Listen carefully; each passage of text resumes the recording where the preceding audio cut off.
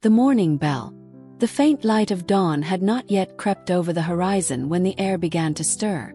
In a modest wooden home nestled within the rural outskirts of a small feudal Japanese village, a man named Haruki stirred beneath his futon. The chill of early morning seeped through the rice paper walls, bringing with it the sounds of distant crows and the soft creaking of trees bending in the wind. Haruki did not have a rooster to wake him, nor did he need one. His body was so used to the rhythm of agrarian life that his eyes opened instinctively, minutes before the morning bell rang from the nearby temple. The bell tolled slowly, deliberately. It echoed through the hamlet, a low, almost melodic chime that reminded all who heard it that the day had begun. Haruki sat up, folding his blanket with quiet care. There was no electricity, no jarring alarm clocks, only the slow rise of light and the deep reverberation of the bell. As he moved across the tatami mat floor, his feet made soft shuffling sounds. The air was cold, and his breath came out in puffs of white. He lit a small oil lamp with practiced ease, illuminating the simple interior of his home. The walls were plain and undecorated, save for a single wooden carving of the Buddha above a small altar where he paused to bow. The space smelled faintly of smoke, aged wood, and old earth. In the corner was a basin of cold water. Haruki knelt beside it, cupped his hands, and splashed the water onto his face. There was no soap, no warm towels, just the sharp awakening of mountain-fed water that had been collected the day before. He wiped his face with a coarse cloth, then stood to change into his daily attire. His clothes were simple, a cotton kimono dyed in muted indigo, bound at the waist with a sash. His feet slid into worn straw sandals. The garments bore the wear of many seasons, patched in places by his wife's careful hands. Clothing in this era was precious, and often passed from father to son, mother to daughter. Outside, the village was just beginning to stir. Thin wisps of smoke rose from thatched rooftops as women began to light hearth fires. The faint clatter of cookware, the rustle of straw mats being shaken, and the occasional cry of a child formed a quiet morning symphony. Haruki stepped outside and took a deep breath. The air smelled of earth, smoke, and the faint metallic scent of dew-covered tools. Fields stretched beyond the village, still dark in the shadows of dawn. There was much to do before the sun rose completely. His wife Aiko was already at the fire pit, boiling rice from the night before.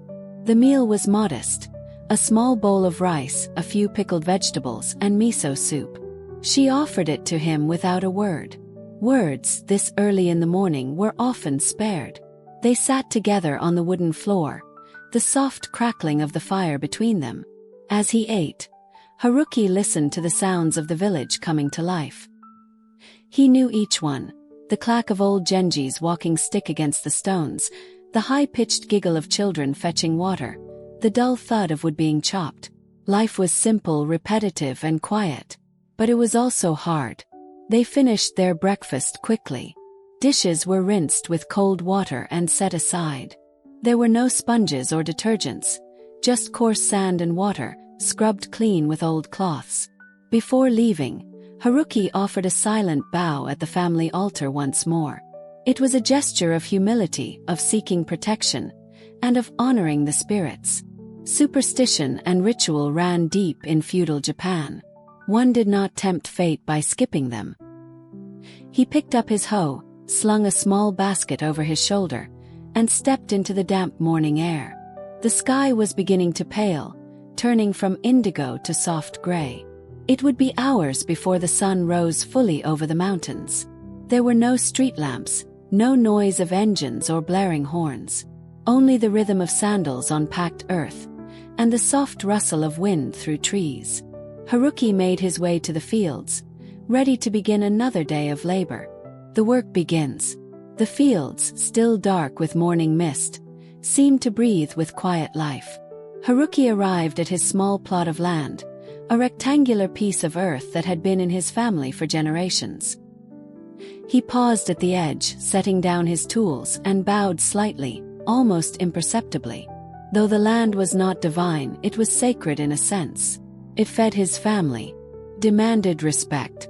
Bending down, Haruki checked the small irrigation channel that ran through the far edge. These channels were carefully maintained, shared by neighboring farmers. If one became blocked, the water wouldn't flow properly. That meant rice wouldn't grow. And if rice didn't grow, stomachs would go empty.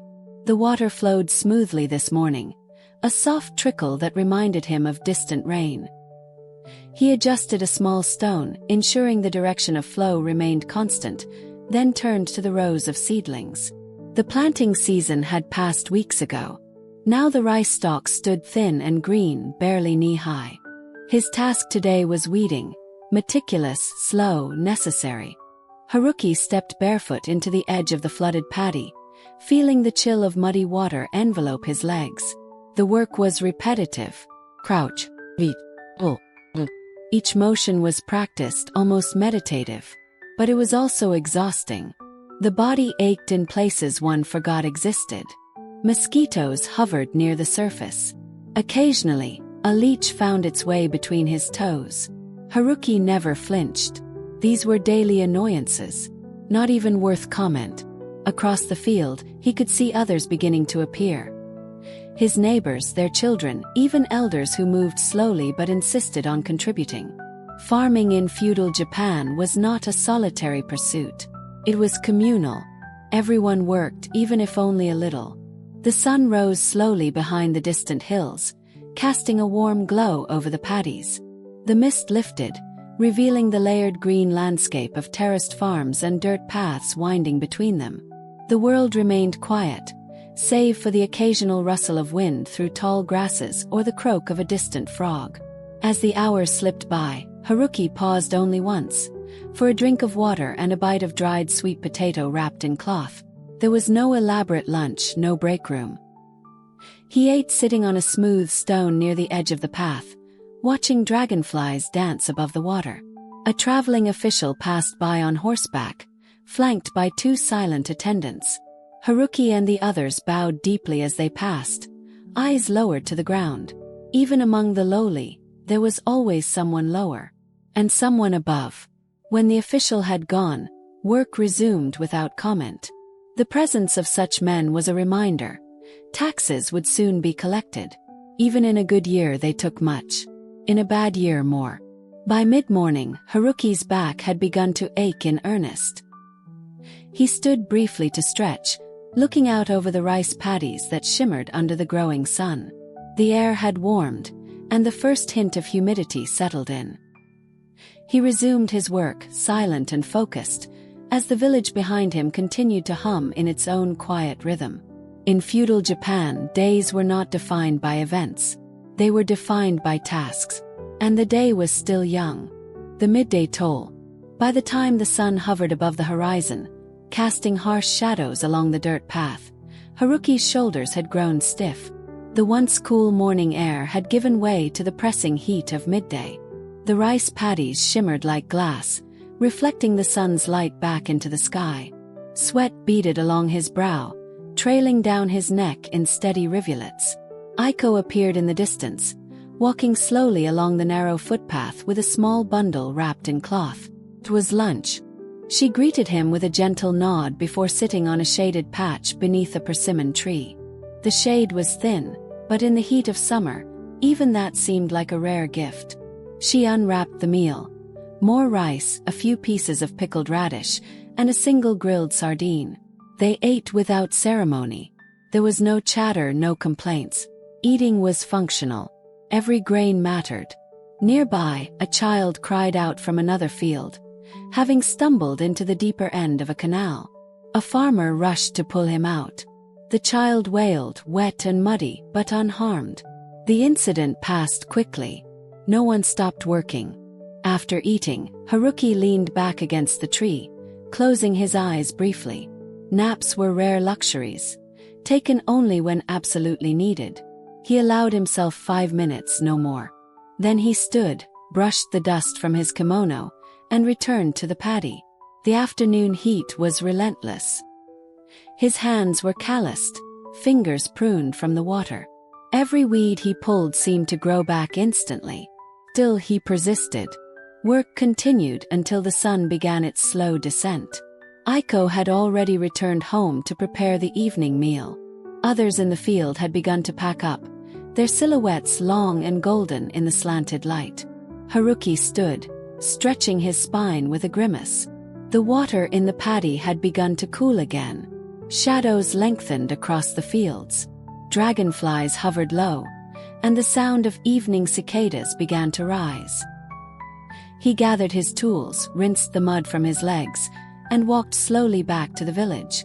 Tomorrow, he would rise again before the bell. Morning chores and quiet rituals. The day's light filtered softly through the paper shoji screens, casting faint squares of pale sunshine onto the tatami mats. Haruki stirred from his futon slowly, his breath a small cloud in the chilly air. The morning was not rushed. There was no urgency in waking, only the gentle pull of routine. Aya was already moving quietly in the adjacent room, preparing the morning's rice porridge. The sound of water simmering and the faint clink of wooden spoons against bowls filled the space with a comforting rhythm. Outside, a light breeze whispered through bare branches, a subtle reminder of the season's stillness. Before leaving the house, Haruki performed a brief ritual at the kamedana, the household shrine. He bowed his head twice, clapped his hands softly, and breathed a silent prayer for the day. These simple acts, repeated daily, anchored him. They were a reminder of the balance between work and respect, between living and honoring the unseen. The village stirred slowly.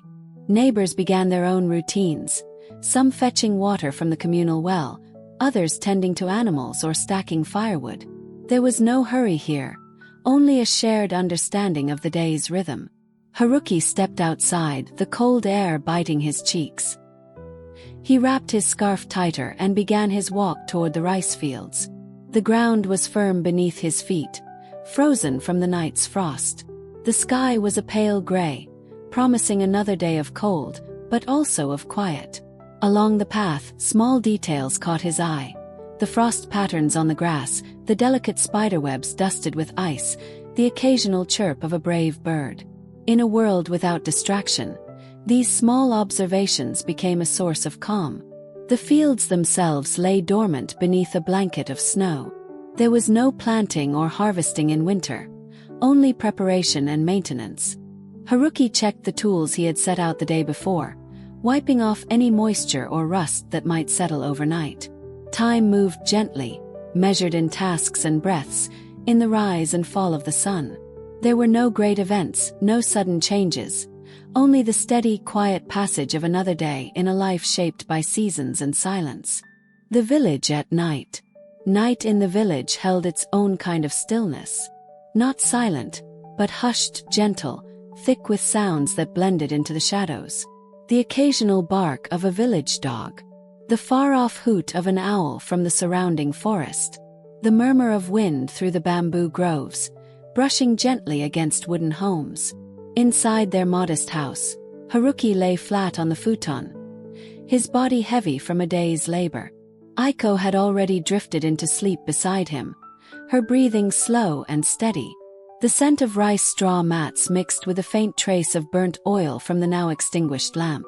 In the soft dark, there were no clocks, no flickering screens, just the passage of time marked by the night insects and the coolness slowly settling in.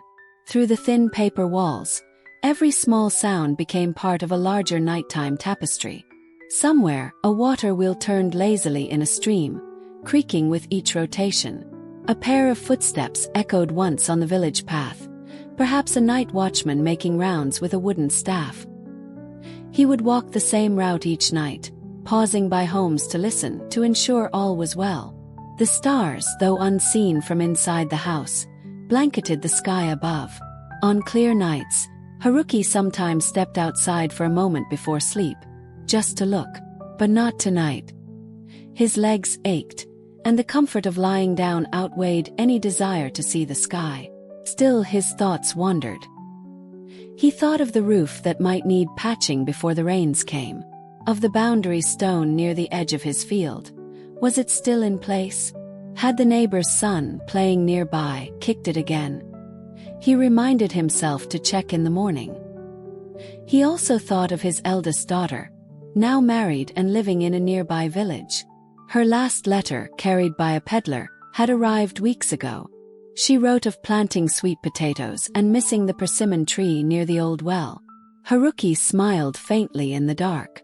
Some things even in sleep reached across distances. His breath slowed. The weight of the day, the rhythm of night, the memory of generations before him, all of it lulled him toward rest. Tomorrow would bring the same tasks, the same routine, the same quiet dignity. And that was enough. The castle above.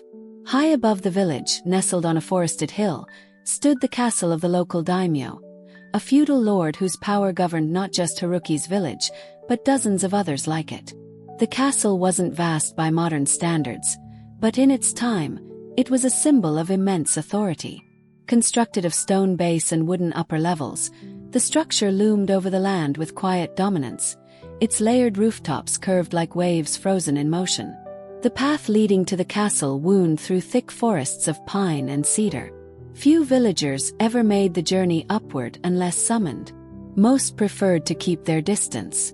The castle, while physically near, felt like a different world, its rhythms governed by politics, hierarchy, and the shifting loyalties of samurai retainers. Within the walls, life was no less demanding than in the fields below. Servants bustled from chamber to chamber, their feet soft against polished wooden floors. Unlike Haruki's quiet mornings, the day here began with noise. The barked orders of guards, the shuffle of armor, and the hiss of water being boiled for tea. Each person had a role to play, each movement watched. The daimyo himself rarely emerged outside of formal duties. He was a man of middle years, draped in layers of fine silk, his expression unreadable behind a painted fan. Meals were served to him in silence. His words were few, but his decisions shaped hundreds of lives. In one wing of the castle, the samurai trained in the practice yard. Their swords, sharpened and precise, flashed in coordinated patterns. Though romanticized in later centuries, the life of a samurai was grueling. Strict codes of conduct, constant drills, and the looming weight of honor and disgrace. A mistake on the field or in duty could mean death, not just for oneself but for one's family. Pages and attendants, some not much older than Haruki's son, darted between rooms carrying scrolls, water, messages. They were always moving, always listening. One wrong word in the wrong ear could change a family's fate. And yet, even here, daily life followed its own quiet rhythm. The aroma of grilled fish wafted through servant quarters. Tatami mats were swept clean. Lanterns were lit at dusk, casting golden glows along paper-paneled hallways. Beneath the weight of feudal duty and discipline, people lived, rested, worried. From the upper balcony of the castle, one could see the fields where Haruki worked, tiny squares of green stretching across the valley. To the daimyo, they were just a part of the estate. To Haruki, they were everything. The castle stood as a reminder of the structure that defined feudal Japan.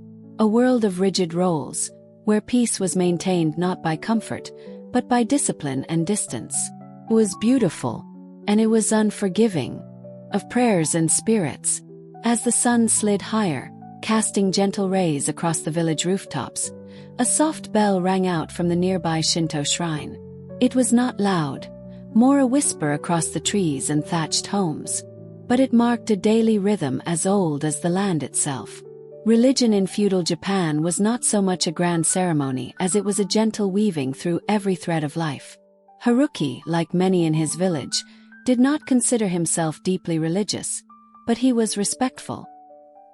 He bowed before passing a shrine, left small offerings of rice or salt, and paid attention to the signs of the natural world. The divine to him was not distant. It was present, in the wind, the trees, and the fox that crossed the road at twilight. On this particular day, Haruki's wife, Aya, rose earlier than usual. Their daughter had fallen ill with a small fever, and while Haruki tended to the field, Aya prepared a bundle to take to the local temple. Not for medicine, but for prayer. The temple, located at the edge of a nearby forest path, was modest. Its wooden steps were worn smooth by years of feet. A torii gate framed the entrance, its vermilion hue slightly faded by the weather. Inside, the scent of incense clung to the rafters, while the quiet chants of a monk echoed faintly from behind a paper screen. Aya placed a small coin in the offering box and rang the bell. She clapped twice, bowed, and murmured a prayer, not just for their daughter's recovery, but for peace, for good harvest, for safety through another season. In feudal times, people lived with a quiet awareness that life was delicate. Illness could come without warning. Storm could wipe out a crop. A minor official's displeasure could change the course of a family's future. And so, in a world of uncertainties, rituals offered comfort. Back in the village, Haruki paused briefly by a smaller shrine near the edge of his fields. He pressed his hands together and bowed, not out of fear but out of gratitude. The rain the week before had been kind. The earth had responded. Children in the village were often taught to respect the kami, the spirits said to inhabit natural things. A rock could have a soul. A mountain could whisper warnings. These teachings were not questioned. They were part of the air one breathed. At night, elders might tell stories of restless spirits, of Onryo and Uriai who wandered because of unresolved sorrow or improper burials. While such tales were told in hushed tones, they reinforced an essential idea. The world was not just physical. It was also spiritual. And balance had to be maintained. For the modern listener, this might feel like superstition. But for Haruki and Aya, and countless others like them, it was simply life. The boundaries between the seen and unseen were thin. Respect kept one safe. Rituals kept the world in harmony. And so, while the outside world churned with wars and shifting alliances, the small daily prayers continued. Quiet hands pressed together, eyes closed for a breath, and the hope that the gods, if they were watching, might grant another day of peace. The artisan's hands. Not every villager worked the fields. While agriculture fed the body, the work of artisans sustained the soul, and supported the practicalities of daily living. In Haruki's village, nestled between the rice terraces and the shrine path, lived a quiet man named Genji. Genji was a carpenter, descended from carpenters. His hands were broad, fingers nicked with old cuts, nails permanently darkened by lacquer and wood dust. He lived alone, but his small home was alive with scent, cedar shavings, pine resin, and the faint musk of wet earth. He rose before dawn, often before even Haruki did. Not because he had more work, but because he loved the quiet before others stirred. In that silence, he would prepare tea over a small brazier, watch the sky turn gray, and begin. On this day, Genji was carving a new beam for a local merchant's house. The old one had rotted from beneath, worn by rain and neglect. But Genji's work was not quick. It was deliberate. Each stroke of his kanna, a Japanese hand plane, peeled away thin curls of wood like whispering paper. In feudal Japan, carpentry was a revered skill. Builders were expected to create without nails when possible, using joinery techniques passed down through generations. A single beam could take days to shape. And yet, in Genji's world, time was not the enemy. Rushing led to errors, errors to dishonor. He worked in harmony with the seasons. In the wet months, wood swelled. In the cold, it tightened. Genji knew which trees grew fastest, which ones bent under weight, and which split cleanest along the grain. He treated his tools with care, oiling them after use, wrapping them in cloth. Children would often watch Genji work, fascinated by how something as rough as a log could become a doorframe or a shrine lantern. He never spoke much, but he would nod or offer a shaved piece of fragrant wood as a toy. In a world where play was scarce, such gifts were treasures. At noon, Genji would pause. He'd sit on his veranda, unroll a cloth containing rice balls, pickled vegetables, and sometimes dried fish. He ate slowly, his eyes not on the food, but on the shapes forming in the wood before him. His work was quiet, but it remained. At night, he might light a single lamp and run his hands over the day's progress, feeling for roughness, listening for hidden cracks. In a society where even small failures could tarnish one's name, Genji worked until he felt peace in his creation.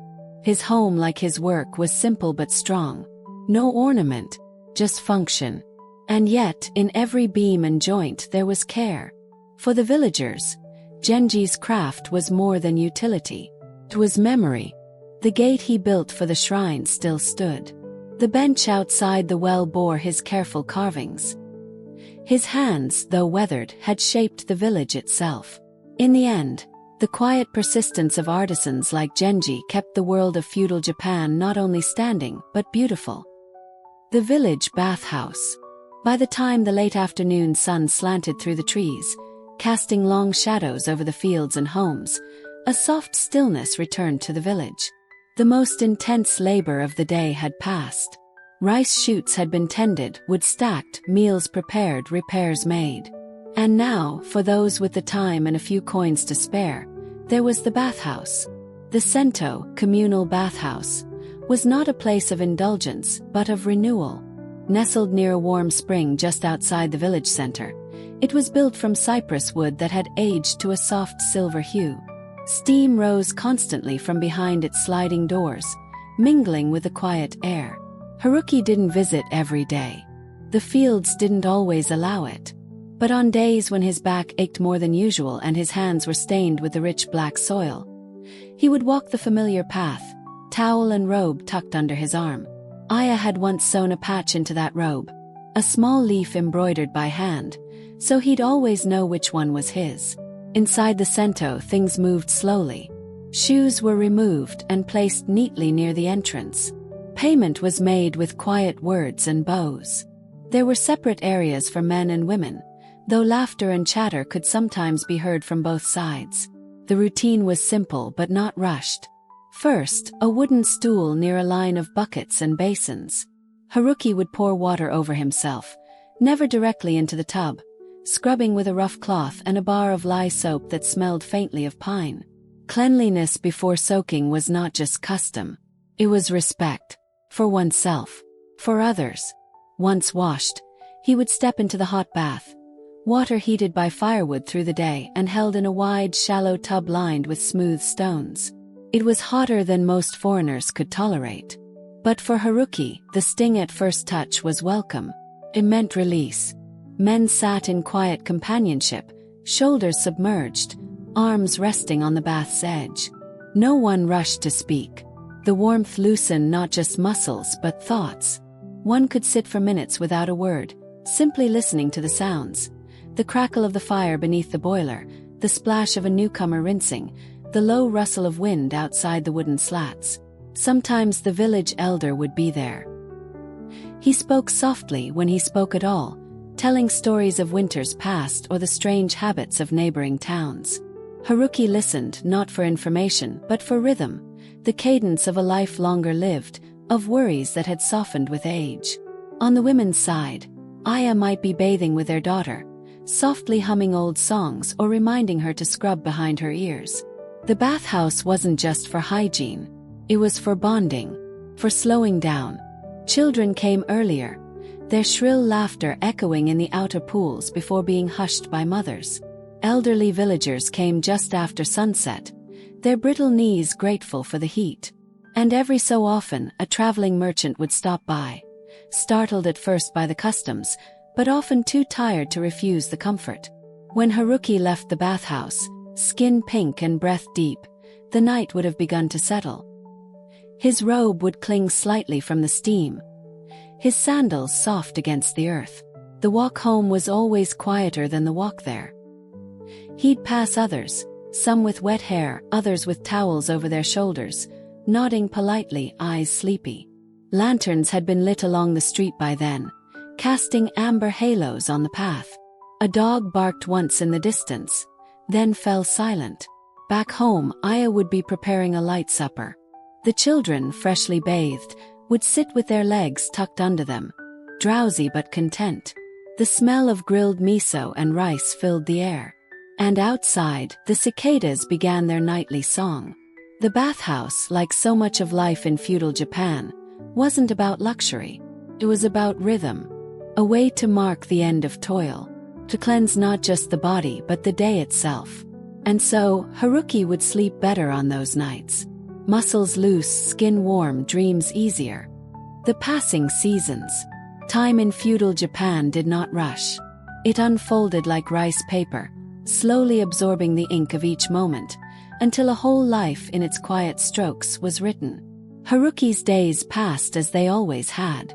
The rains returned, then the heat, then the brittle dryness of autumn winds. Each season carried its own labor, its own rhythm. The planting, the weeding, the harvesting, the rest. Always something to tend, always something to wait for. In the fall, when golden leaves scattered the shrine paths, the village children would gather chestnuts. Aya would roast them over low coals, scenting the house with a toasty sweetness.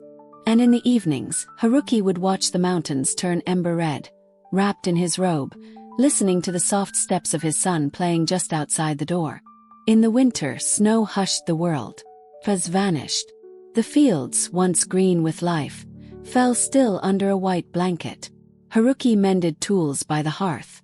Aya wove cloth. Their children pressed handprints into frost-covered windows. It was a time of fewer words, longer nights, and warm bowls of soup shared in silence. Spring brought plum blossoms. Soft rains that tapped gently on the thatched roof. Hope returned with the scent of new shoots. The air shifted, and so did people's spirits. There was always a sense of beginning again. The years moved like this, not marked by great battles or famous names, but by small details. The way Genji's gate creaked in summer heat. The slow replacement of a worn tatami mat. The crackle of dried leaves under sandals. A neighbor's child growing taller. A grandmother's hair turning white. For the people of Haruki's village, history was not a distant story found in scrolls. It was the pattern of everyday life.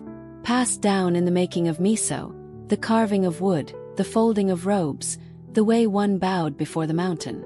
And for all its hardships, storms, sickness, the weight of taxes and hierarchy, life in feudal Japan endured through its simplicity, through its respect, through the patient, enduring presence of those who asked for little, yet gave much.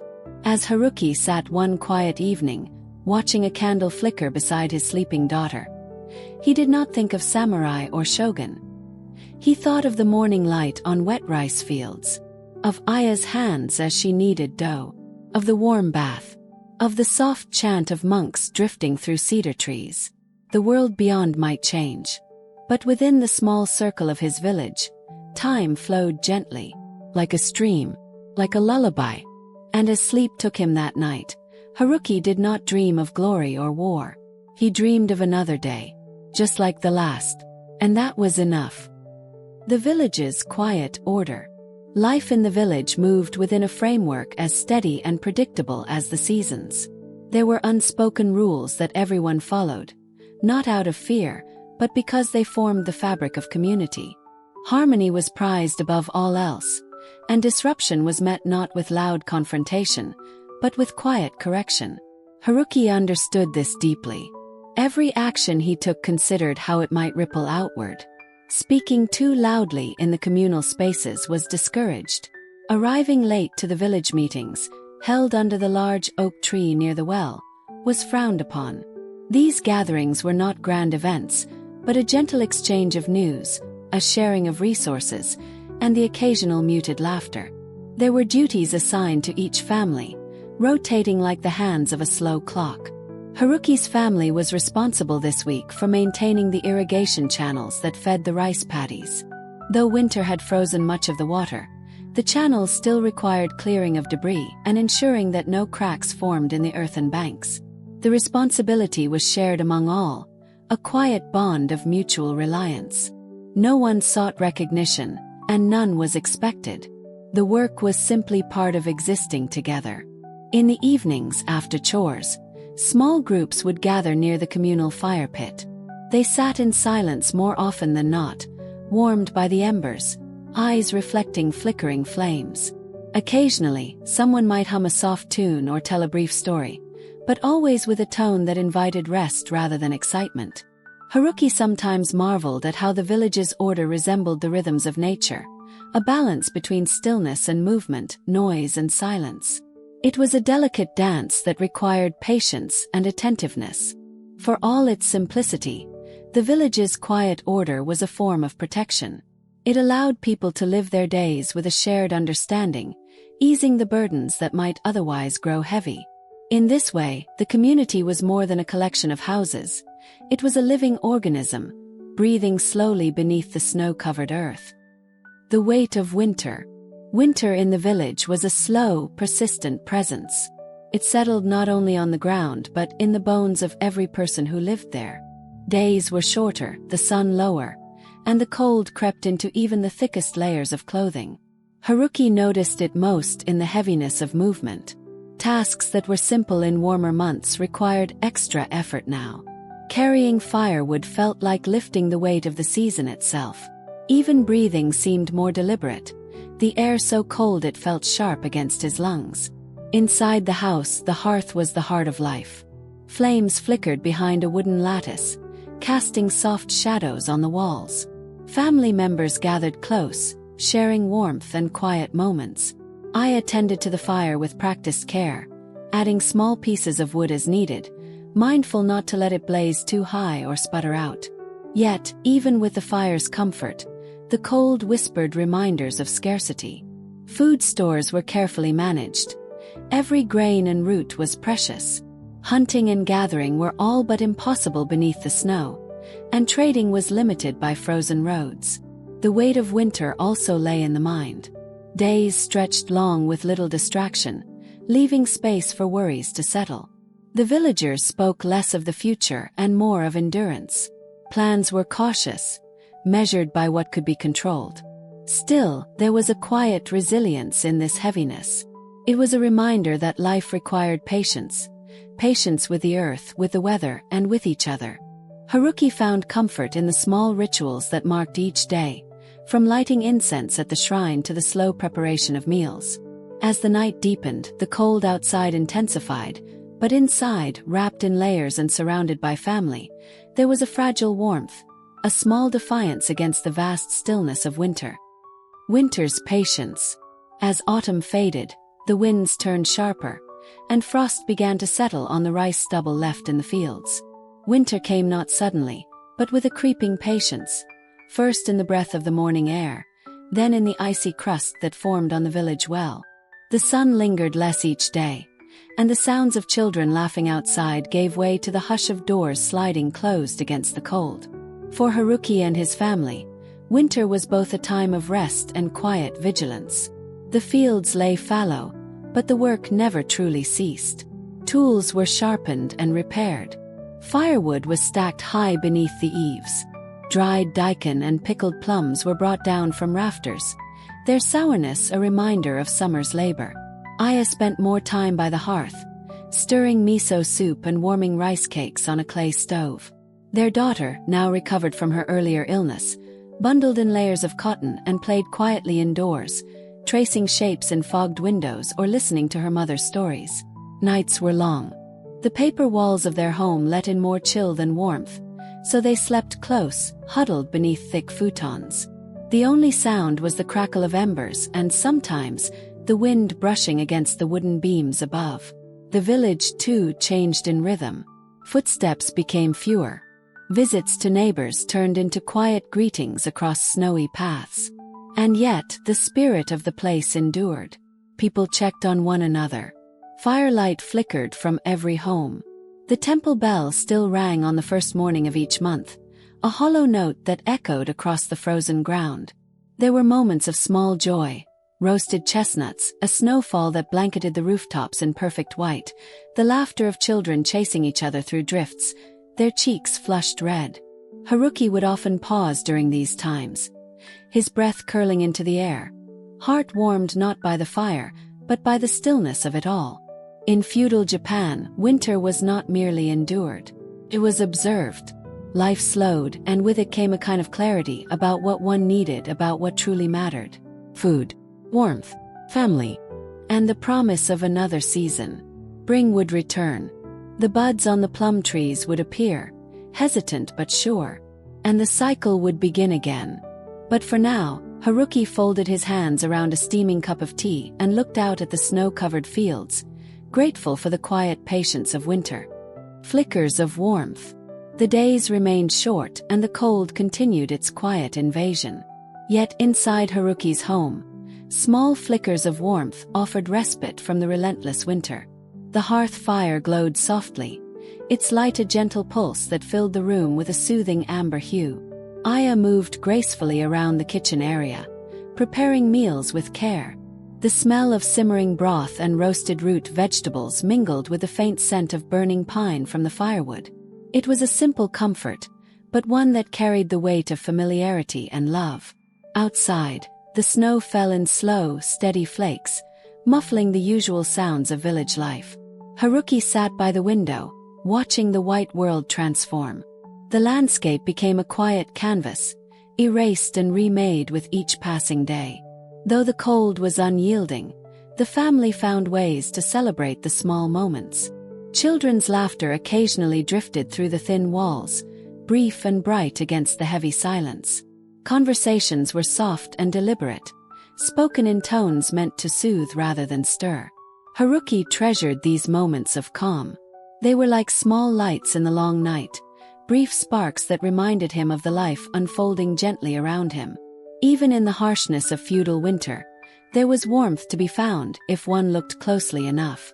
As night deepened, the fire's glow softened and the family gathered beneath thick futons. The day ended not with grand events, but with the quiet closing of eyes and the steady rhythm of breathing, an unspoken promise that tomorrow would come, no matter how cold. The midwinter cleansing. Midwinter, deep and unmoving, brought with it a peculiar stillness. Snow no longer surprised anyone. It had become the landscape itself. The fire pit was no longer a luxury, but a necessity, its red embers tended with careful reverence. Still, even in the deepest frost, the village found rhythm through ritual. The 15th day of the first month marked a quiet tradition, the midwinter cleansing. It was not a celebration, but a spiritual reset, a time to sweep away both physical and unseen impurities. While the calendar marked the new year earlier, this mid-season moment was when families paused to look inward. At sunrise, villagers stepped into the snow with straw brooms and pale rags. Smoke rose from hearths, and water warmed over fires in iron kettles. Haruki, like others, began with the kamedana, the small wooden shrine tucked into the beam of their main room. He gently removed last year's ofuda, the paper talisman, and placed it beside the fire. Later it would be burned at the temple. Aya wiped each beam of the ceiling with damp cloth, her movements slow, as though she were chasing away invisible dust. Their children, more intent on chasing each other with broom bristles, were gently coaxed into helping. Laughter, muffled by walls and falling snow, sounded briefly, but even joy had a subdued tone in midwinter. By midday, floors had been swept, ashes replaced, tools wiped down. Everything that could be cleaned was cleaned, not for guests but for the gods. The belief was simple. To live well was to live with intention. And intention meant caring for the unseen, for ancestors, for household spirits, for the karma of daily life. After the chores, families made a modest offering. Haruki placed a few rice cakes and slices of bitter orange at the shrine, bowed twice, and clapped his hands gently. The sound, though light, echoed in the quiet of the house like a ripple in still water. That night's meal was humble but comforting. Steamed sweet potatoes, a miso soup thick with root vegetables, and warm sake. As they ate, Aya remarked that the house felt lighter. Not warmer, not quieter, just lighter. Haruki nodded. He too felt it. A sense that, for just a moment, the burden of living under constant awareness had lifted. The rules, the fear, the scarcity, they still existed.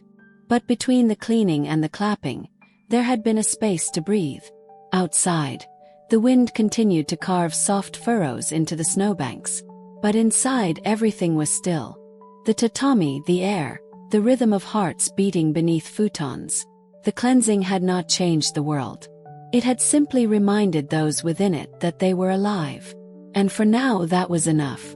Ink, silence, and the brush. Long after the cleansing rituals had ended and the house had settled into a deeper stillness, Haruki unwrapped a folded cloth from a small wooden box. Inside lay a brush, worn but cared for, and a tiny inkstone. He had not written in many weeks. There had been no reason.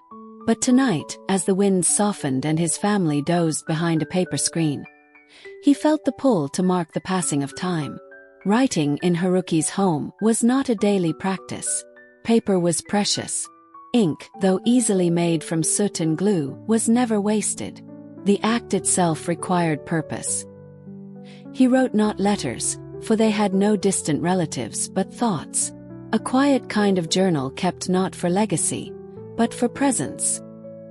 He ground the ink slowly, the small circular motion against the stone echoing faintly. The scent of pine soot and glue drifted up, familiar and calming. When the ink was dark enough, he dipped the brush and began. His strokes were slow.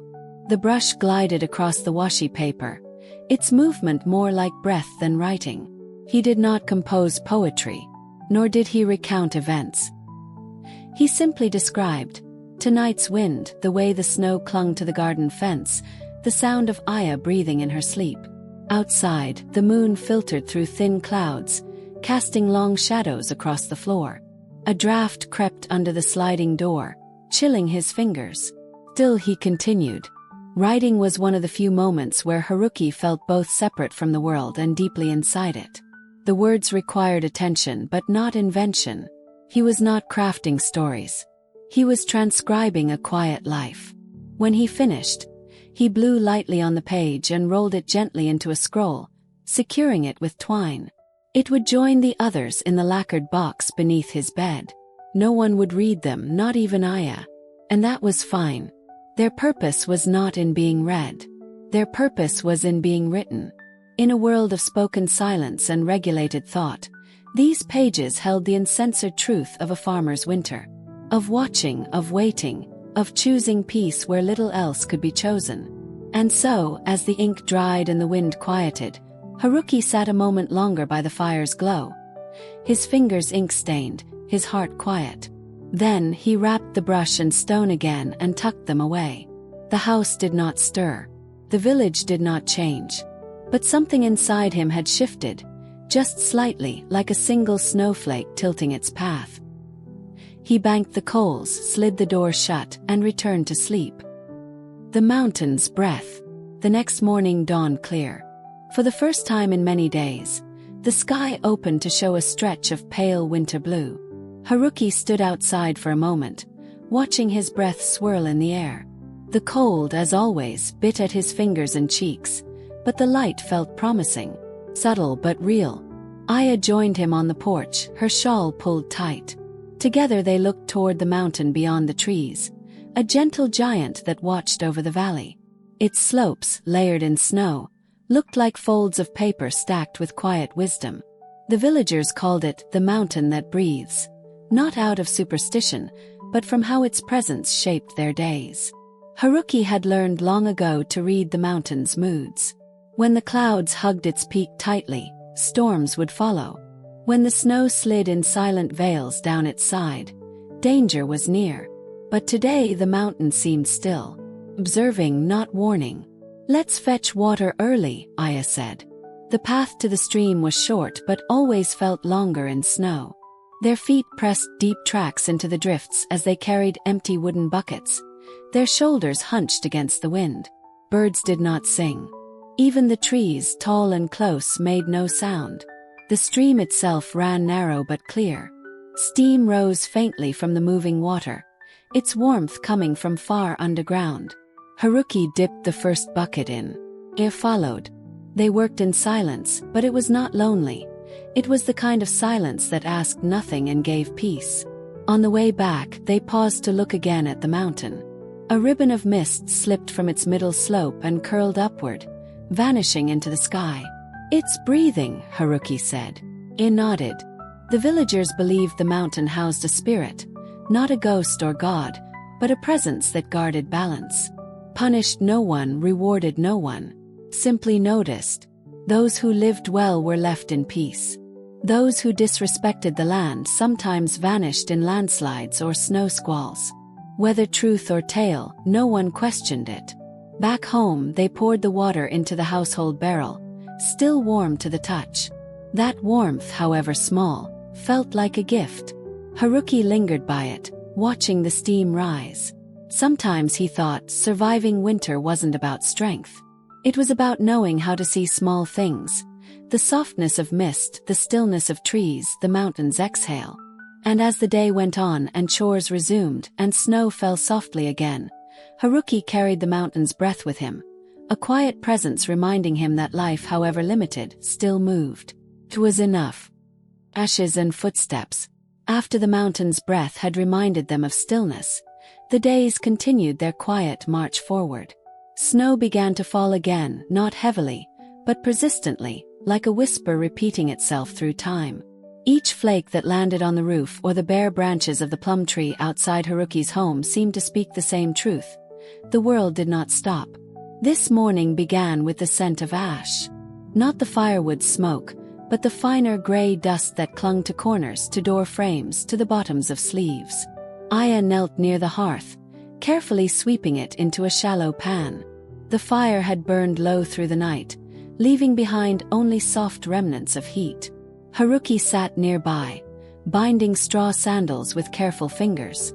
They were for the children, who had worn through theirs with constant trips to and from the storage shed. Even in winter, they found excuses to step outside, any movement a rebellion against confinement. The floor creaked softly as footsteps crossed it, small, hesitant. Kiko, their youngest, padded in with a sleepy face and cold fingers.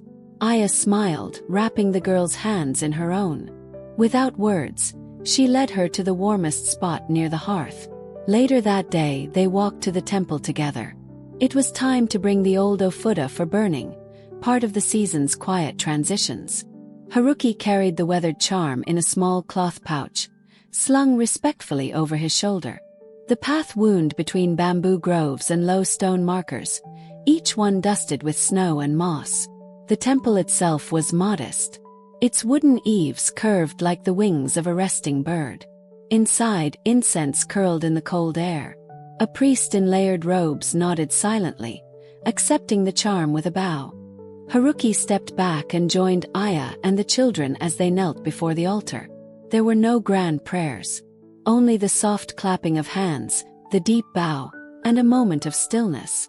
The children mimicked them with wide eyes and crooked posture.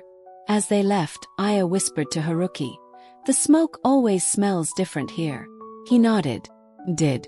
More fragrant, less heavy. The kind of scent that clung not to clothes, but to memory. They took the long path home, the one that passed by the old persimmon tree.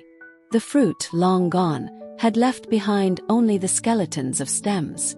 But a crow sat perched there, watching them, its feathers fluffed against the cold. That night, Aya made porridge from barley and dried mushrooms. The children dozed early, worn out from the walk and the incense and the hush of the temple. Haruki sat a while, staring into the fire, not thinking, not planning, just watching. Ashes shifted gently in the hearth, settling into themselves. In this world, footsteps left no permanent mark. Snow would fill them in. Ash would scatter. But even the most fleeting imprint had its time. The fire cracked once more, then fell still. Outside, the snow resumed its quiet descent, burying the day in silence once again. The evening come. As the sun began its slow descent beyond the mountain ridge, a calm settled over the village. The sharpness of the day's cold softened into a gentle chill, the kind that invites quiet reflection rather than hurried movement. Haruki paused in his work, wiping his hands on his worn kimono, and took a moment to watch the shifting light. The houses, simple and closely nestled, cast long shadows over the snow-covered ground. Smoke rose in thin, steady spirals from chimneys, mingling with the crisp air before dissipating into the twilight. The familiar scents of wood smoke and earth settled around him like a comforting blanket. Inside their home, Aya was lighting the lamps, their soft glow pushing back the growing darkness.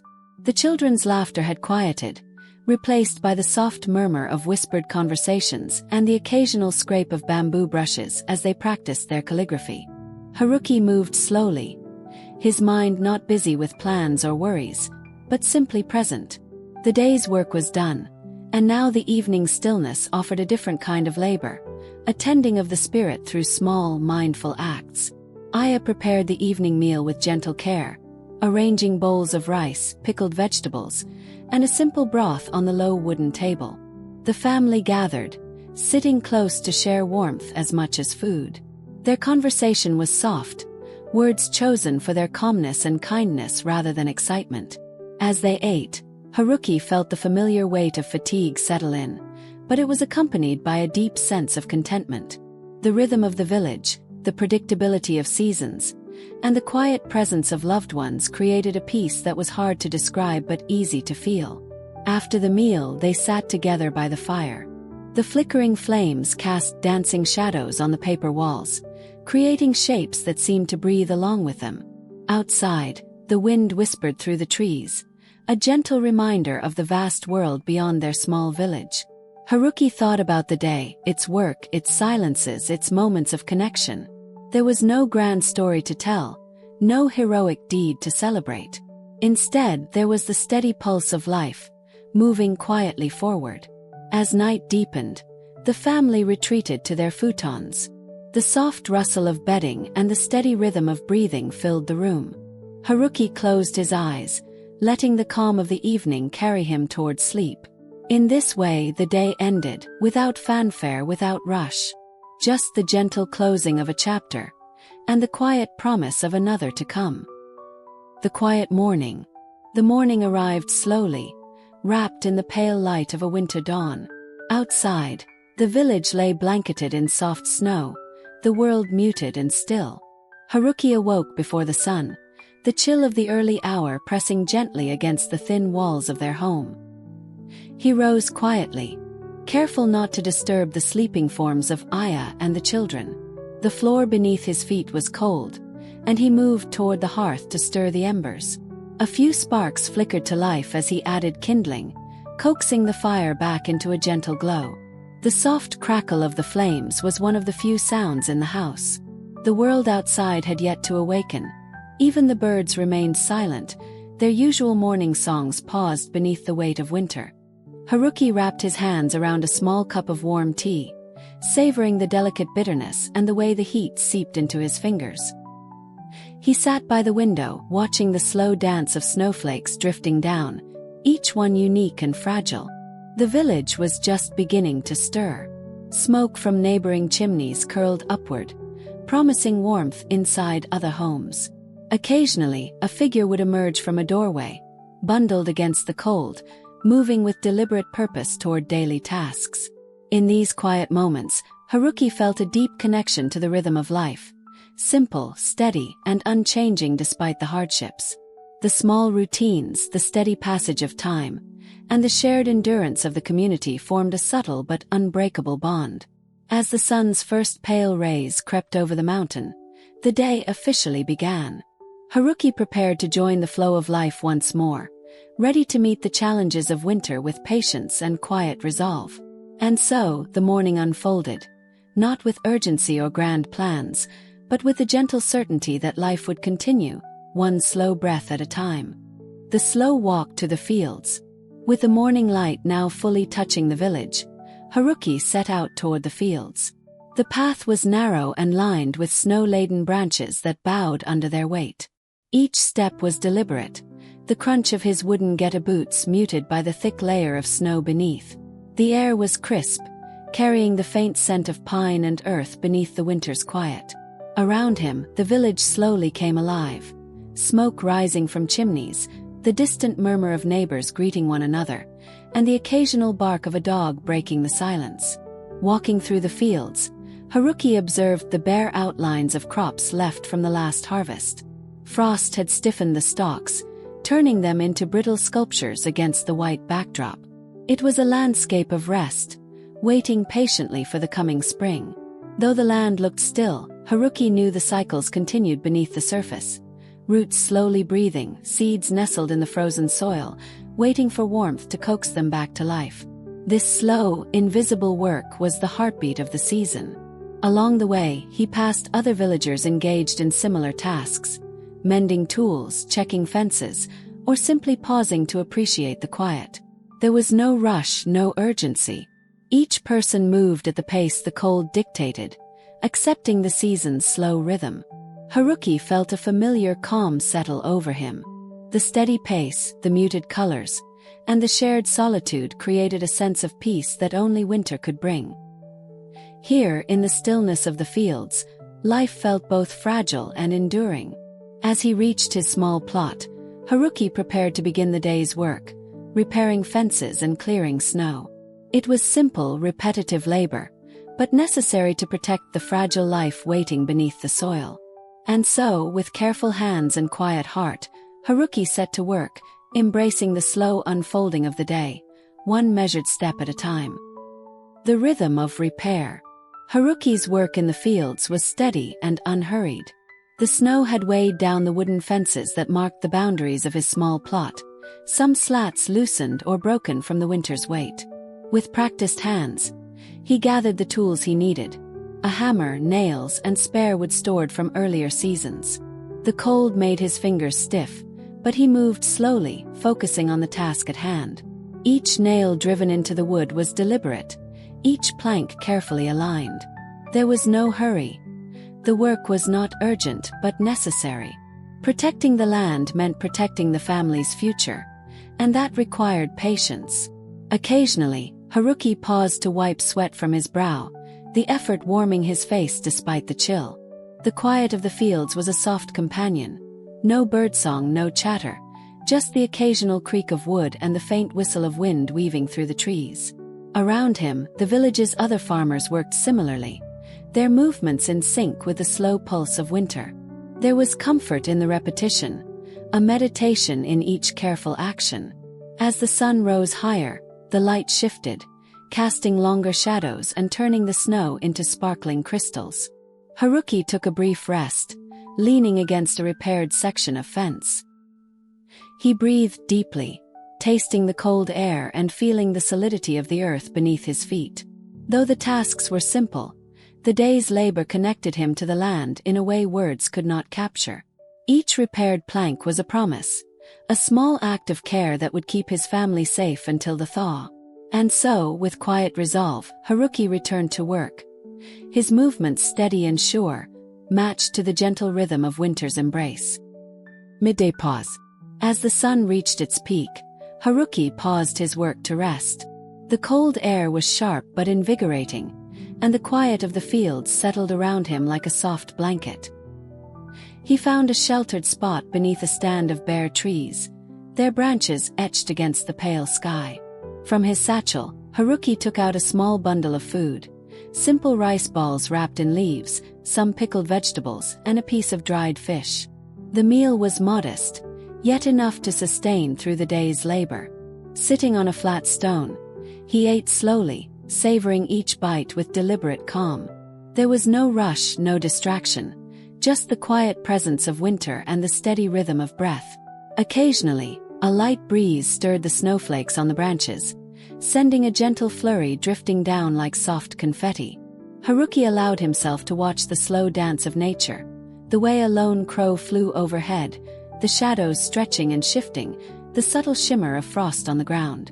In this moment, the world felt still and expansive, as if time had folded inward. After finishing his meal, Haruki took a deep breath and prepared to return to his work. The simple pause was a quiet reminder. Rest was part of the rhythm too, an essential beat within the slow unfolding of the day. And so, with renewed calm, he rose and began walking back to the fields, ready to meet the afternoon with the same gentle steadiness that had carried him through the morning. The afternoon chores. Returning to the fields after his midday pause, Haruki resumed his work with a quiet determination. The sun, though lower in the sky, still cast a gentle light, softening the edges of the snow-covered landscape. His breath formed small clouds in the chilly air as he moved deliberately through his tasks. With careful hands, he cleared remaining snow from the irrigation channels, ensuring that water could flow freely when the thaw came. The frozen ground resisted, but Haruki worked patiently, tapping the ice with a wooden stick to loosen it. It was slow work, requiring persistence more than strength. Nearby, other villagers went about their chores, some tending to small animals sheltered in wooden pens, others stacking firewood in neat piles. The sense of shared purpose hung in the air like the steady rhythm of a drum. Haruki took moments to glance at the distant mountain, its breath still visible in soft mist. The natural world seemed to move at a pace beyond human haste, a reminder of the enduring cycles of seasons.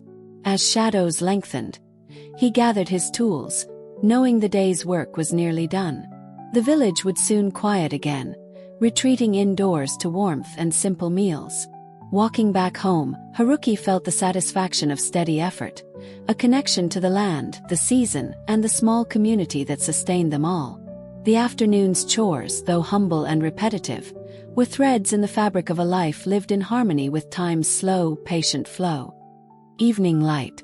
As the sun dipped below the horizon, the village was bathed in the soft glow of twilight. The fading light painted the sky in gentle hues of pink and lavender, casting long, muted shadows across the snow-covered rooftops.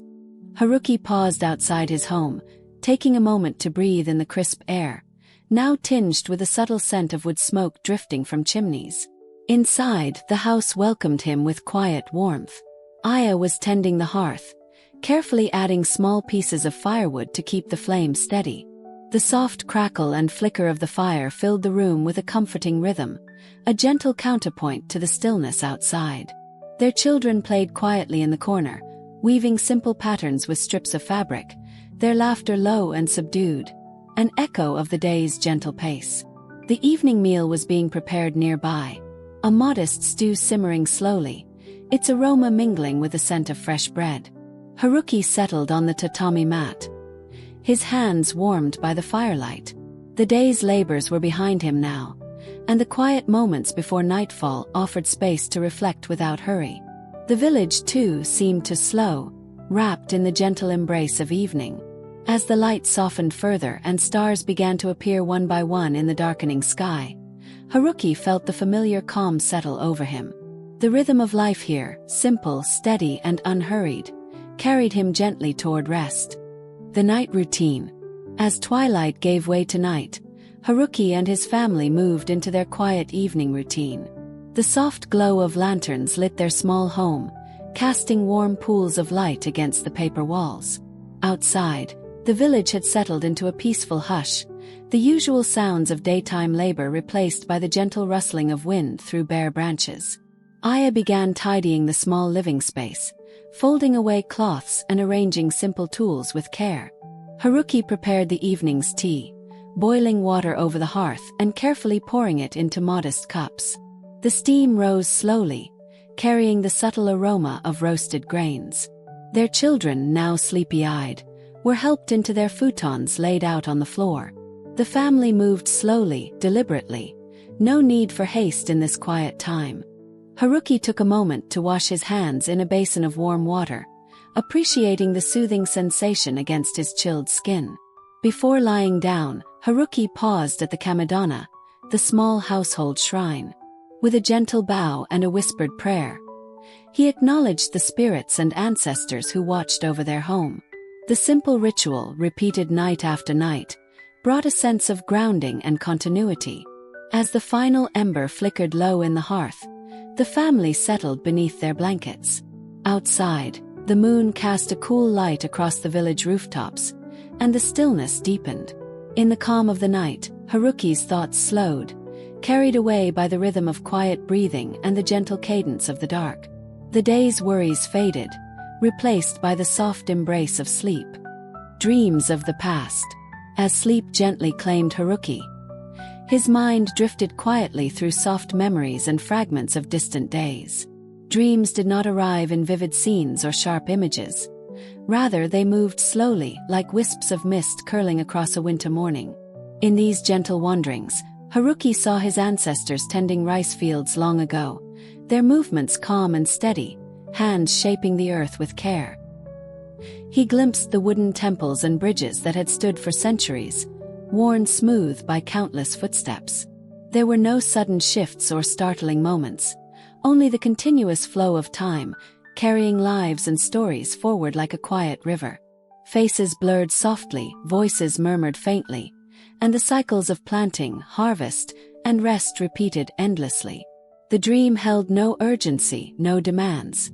It was simply a space where past and present mingled in peaceful coexistence. When dawn would come, Haruki would awaken to the familiar sounds of the village stirring, the routine of daily life resuming its measured pace.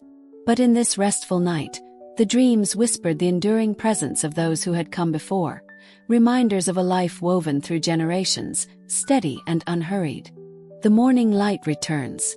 The soft glow of dawn crept slowly through the paper screens, casting delicate patterns on the tatami floor. Haruki stirred awake, his body heavy with the peaceful rest of the night. Outside, the village lay quiet beneath a pale blue sky, the winter chill softened by the gentle light. He rose slowly, careful not to disturb the sleeping forms of Aya and the children. The house smelled faintly of the lingering warmth from last night's fire and the subtle scent of aged wood. Outside, faint bird calls hinted at the new day's beginning. Haruki moved to the kamedana, offering a quiet bow to greet the morning. This simple act was a gentle reminder of the continuity between night and day, past and present. As he prepared to begin his chores, the world outside felt fresh, as if inviting him once again to move with the rhythm of the seasons. There was no rush, no urgency, just the steady return of light and the unfolding of another day in the quiet village beneath the watchful mountain. The last light of day. As the sun began its slow descent toward the horizon, the village settled into a familiar calm. The pale light softened the edges of rooftops and tree branches, wrapping the landscape in a gentle embrace. Haruki paused outside his home, feeling the cool air settle around him like a quiet breath. The day's chores were complete, and the steady rhythm of labor gave way to moments of stillness. The children played quietly nearby, their laughter muted against the evening's hush. Aya prepared a simple meal, the scent of simmering vegetables and rice filling the small kitchen. Haruki took a moment to walk along the narrow paths between houses, observing the subtle changes in the light and shadow. The village, worn and humble, seemed to hold its own kind of beauty in the fading glow. As the sky deepened into shades of indigo, lanterns flickered to life, casting warm pools of light against the darkening streets. The world grew softer, quieter, a space where the bustle of day gave way to the gentle rhythm of night. In this calm, Haruki felt the weight of the day lift, replaced by a gentle sense of peace. The cycles of life here, steady, measured, and unhurried, carried him toward rest once more. Quiet close. Night fully embraced the village, wrapping it in a blanket of soft darkness punctuated only by the distant flicker of stars. Inside his home, Haruki sat quietly, the faint glow of the dying fire casting long, gentle shadows on the walls. The stillness was profound, carrying with it the weight of many days lived with patience and care. He looked around at the simple objects that filled the room, the worn wooden chest, the small bowls neatly stacked, the scrolls tucked away with gentle reverence. Each held a story, a memory, a quiet testament to a life shaped by seasons and routine. Aya's steady breathing came from the futon nearby. Their children were nestled deep in sleep, safe and warm. The village outside had fallen silent, the day's work behind them, and the promise of tomorrow waiting quietly in the wings. Haruki closed his eyes and allowed himself to rest fully. There were no grand adventures, no dramatic turns, just the steady, enduring pulse of life as it had always been. The rhythm of dawn and dusk, of labor and rest, of breath and silence. In feudal Japan, a single day might seem slow or uneventful to the hurried mind of the future. But within that simplicity lay a profound truth: to endure, to live well, and to find peace in the ordinary. And so, as the village slept beneath the watchful mountain, Haruki's day came to its quiet close, an unremarked ending and yet a perfect one.